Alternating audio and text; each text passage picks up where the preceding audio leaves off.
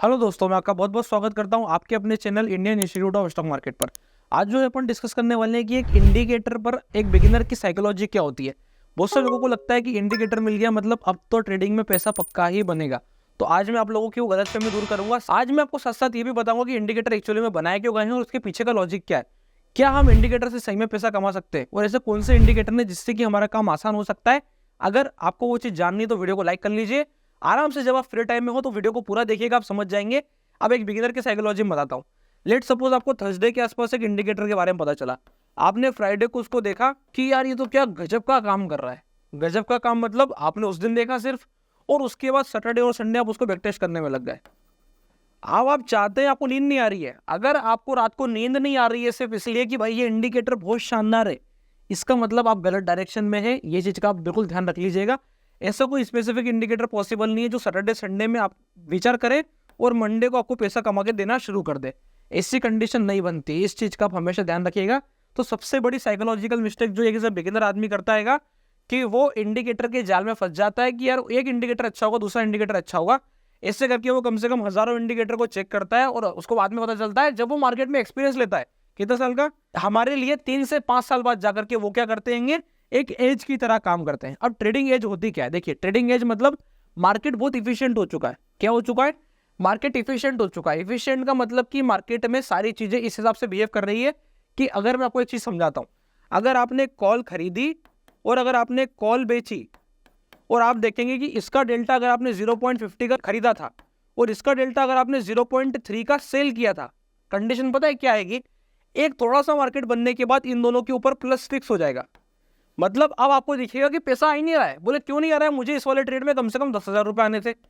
बोले कितने आ रहे हैं? बोले 3,000 रुपए आ रहे हैं। अब ये 3,000 रुपए पे स्टक हो गया। स्टक हो गया मतलब मार्केट को ये पता चल चुका है कि 99% लोगों ने अब यही काम कर रहे हैं।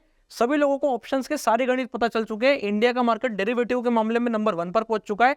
ऐसी सिचुएशन में जाकर के मार्केट जो है उसने अपने आप को इफिशियंट बना लिया है। और इसलिए आप देखेंगे आपको इंट्राडे में ऑप्शन में ऐसा ऐसा कॉल ऑप्शन एकदम चल रही है, होल्ड हो रही है और एकदम से इतना बड़ा कैंडल। पुट ऑप्शन चल रही है, होल्ड हो रही है, एकदम से सीधा नीचे की तरफ इतना बड़ा कैंडल। तो ऐसी सिचुएशन क्यों बन रही है? क्योंकि मार्केट यही इफिशिएंसी के कारण ऐसा कर रहा है। अब सबको पता चल चुका है कि ऐसी कंडीशन बन रही है। ऐसे में अगर मुझे मार्केट में एक एज चाहिए तो ऑप्शन से एज खत्म हो गई। अब ऑप्शन में जो स्ट्रेटेजी की एज थी सबके पास की वजह को, ये स्ट्रेटेजी वो स्ट्रेटेजी, आजकल सबको सारी स्ट्रेटेजी पता है। अगर आप मार्केट में 6 मंथ सही से काम करें और 6 मंथ पैसे कमाने की जल्दबाजी की जगह पर अगर लर्निंग पे ध्यान दें तो आप ये सारी चीजें समझ पाएंगे जो मैं आप लोगों को अभी बहुत ही आसान भाषा में बता दे रहा हूं। क्या कि 6 महीने में आपको सबसे पहले चीजें सीखना जरूरी है। आपको एक एक इंडिकेटर के बारे में पता होना चाहिए। मैं नहीं बोल रहा हूं कि आप जाकर उस इंडिकेटर का इस्तेमाल करो। ऐसा इसलिए है ताकि जब हम जान पाएंगे कि क्या ओवरऑल मार्केट में चल रहा है तब जाके हम पता कर पाएंगे कि what is good for us. जब तक ये पता नहीं चलेगा तब तक आप अल्टीमेटली चीजें सीखते रहोगे और ये सोचते रहोगे कि अरे यार ये चीज काम करती है, कल वो काम करती है। आज रात को मुझे नींद इसलिए नहीं है क्योंकि कल मार्केट खुलने के लिए मुझे वेट करना है कि यार ये वाली स्ट्रेटेजी बहुत गजब से काम करती है, ये वाला इंडिकेटर बहुत गजब से काम करता है। अब ऐसे में मैंने इंडिकेटर के इस्तेमाल पे कुछ स्पेसिफिक वीडियोस बनाई है जिसमें कि मैं आप लोगों को बता देता हूं कि इंडिकेटर एक्चुअली में इस्तेमाल कैसे किए जाते हैं। देखिए, इंडिकेटर में आपको एक चीज ध्यान रखनी है, हर एक इंडिकेटर को ट्रेड करने का अपना अपना तरीका है। अगर मैं बात करता हूं MACD की और मैं बात करता हूं RSI की, पहले इसको समझ लेते हैं। ये बेसिक इंडिकेटर है जो मार्केट में सबसे पहले आदमी को पता चल जाता है। अगर RSI में आपको अभी भी इस्तेमाल देखना है तो वो 2 जगह पे अच्छे से काम करेगा। एक करेगा वो डाइवर्जेंस पर, दूसरा जो है मैं क्या करता हूँ RSI की स्पेसिफिक जोन बनाता हूँ। एक तो मैंने क्या बताया कि RSI किस पे काम करता है? डाइवर्जेंस पे। ठीक है, कि क्या हुआ, निफ्टी ने तो नया हाई मारा पर हमारे RSI ने नहीं मारा तो हम सेलिंग कर सकते हैं। तो यहां तक तो बिल्कुल क्लियर है। और दूसरा जो पॉइंट निकल के आता है कि मैंने क्या करा, RSI की अब रेंज बना ली। रेंज में क्या करा मैंने, ऊपर की रेंज रखी 60, नीचे की रेंज रखी 40। मेरे को उसके 80 और 20 से कोई लेना देना नहीं है। मैंने RSI को मॉडिफाई कर दिया। अब यहाँ पे क्या ध्यान रखना है, अगर RSI 60 के ऊपर निकलेगा तो मैं सारी ऑप्शन बाइंग की स्ट्रेटेजी में वर्क करूंगा उस इंडिविजुअल स्टॉक पर या फिर जिस भी इंडेक्स में वो 60 के ऊपर निकला है। Time frame required minimum 15 minute. अगर 15 मिनट में RSI 60 के ऊपर निकल करके सस्टेन कर रहा है और अगली रैली के लिए रेडी है, यानी कि मार्केट क्या हुआ, नीचे आया पर फिर से 60 के ऊपर कूद गया, जंप कहां से लेगा वो भी मैं बता देता हूँ। RSI कुछ ऐसा चलता है, 60 के आसपास पहुंचा, 40 के आसपास होल्ड हुआ, फिर 60 के ऊपर पहुंचा। तो ये जो डिप के बीच में RSI संभलेगा, इस वाली जगह पे आपको बाइंग करनी है ऑप्शन। ऐसी कंडीशन में जाके जब हम बाइंग करेंगे तो RSI अल्टीमेटली आपको पैसा बना के देगा। इसके ऊपर मैंने एक स्पेसिफिक वीडियो बना रखी है, आप लोग वीडियो के नीचे कमेंट कर दीजिएगा कि we want how to trade RSI in new way. अगर आप इस वाली वीडियो के नीचे कमेंट करेंगे आपको स्पेसिफिकली वाली वीडियो मिल जाएगी, how to trade RSI in new way. ये एक बहुत ही शानदार तरीका है। इसमें आरएसआई के कुछ स्पेसिफिक नियम होते हैं, अगर हम वो सेट करेंगे तो स्टॉक्स में बाइंग करना, स्टॉक्स के ऑप्शन में बाइंग करना, इंडिविजुअल इंट्राडे पर ऑप्शन बाइंग करना, सारी कंडीशन इस आरएसआई पे मीट होगी। तो एक तो ये तरीका आ गया। दूसरा तरीका क्या आ जाता है, अगर हम एमएससीडी की बात करते हैं, अब सबसे पहले बिगिनर्स इस जगह पर क्या बोलेगा कि भाई इतना कॉम्प्लेक्स है, आरएसआई में ट्रेडिंग करना इतना कॉम्प्लेक्स।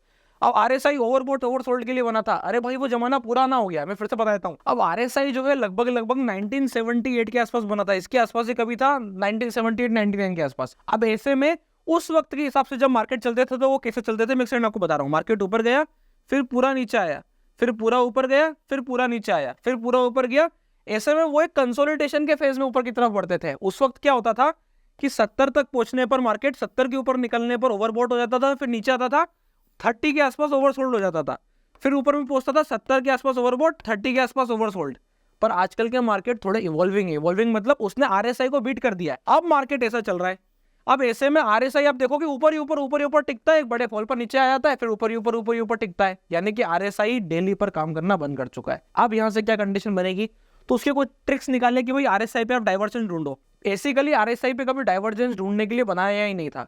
फिर क्या तरीका था, कुछ लोगों ने इवॉल्व किया, समझा, अपनी चीजें इंप्लीमेंट करी, मैंने अपना बनाया। How to trade RSI new way, यानी कि नए तरीके से हम आरएसआई को कैसे ट्रेड कर सकते हैं।